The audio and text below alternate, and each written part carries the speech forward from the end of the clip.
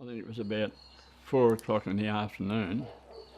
My kids had come home from school, and one of them sang out, "There's sparks and everything coming out of the hall." You know, it was only a weatherboard hall, and I wasn't home. And they got going, and by the time the fire brigade, because they didn't have a jazzy set up then, everybody was dragging an old thing behind their car with a bit of water in. Well, it was gone, and all the charred remains were there, and they were hosing it down. So the next thing, we all had to turn up on Saturday and stack it up and burn it to get rid of it. We should have let it go. I tell you, they weren't too happy, because you'd start trying to drag that stuff around and put it in a heap, and it's jet black. So the kids all remembered that. I got all the kids to help too, because they didn't mind getting covered in black. Yeah.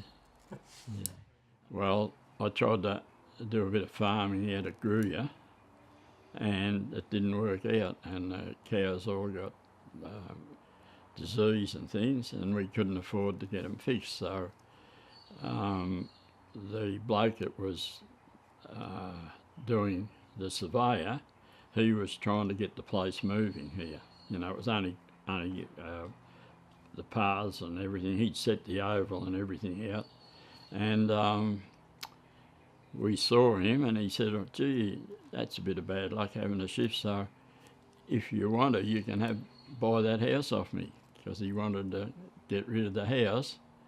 You know, it wasn't in too good a, but there's 90% of it stopped most of the rain. So we come here, and I started fixing it up, and then we shifted in. And when we came, they had a water main right angles to the road, and it went out to the highway. That was the water.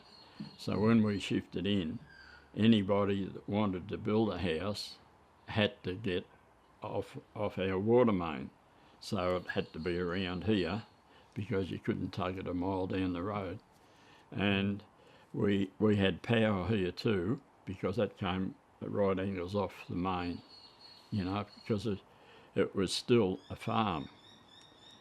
And nobody could build houses around there because we didn't have power and water. So that's why it hung fire for so long. And when we come here, you could buy a block when I first came here for about $300 or $400. And if anybody knew you wanted to buy it, they wouldn't let you out of their sight, because, you know, without water and light, they couldn't sell it. Nobody wanted.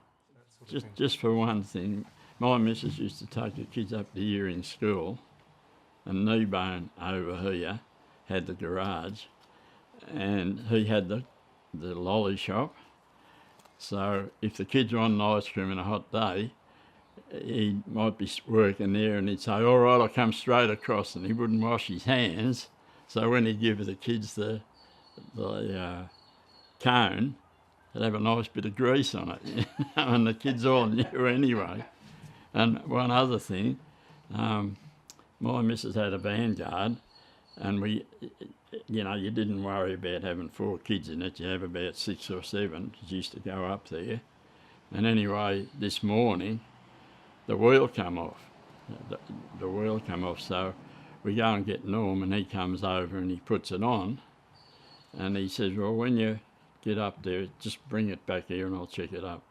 And she's coming back here, and the bloody wheel come off again. He hadn't tightened the nuts up properly. You know, they're the things that used to happen here.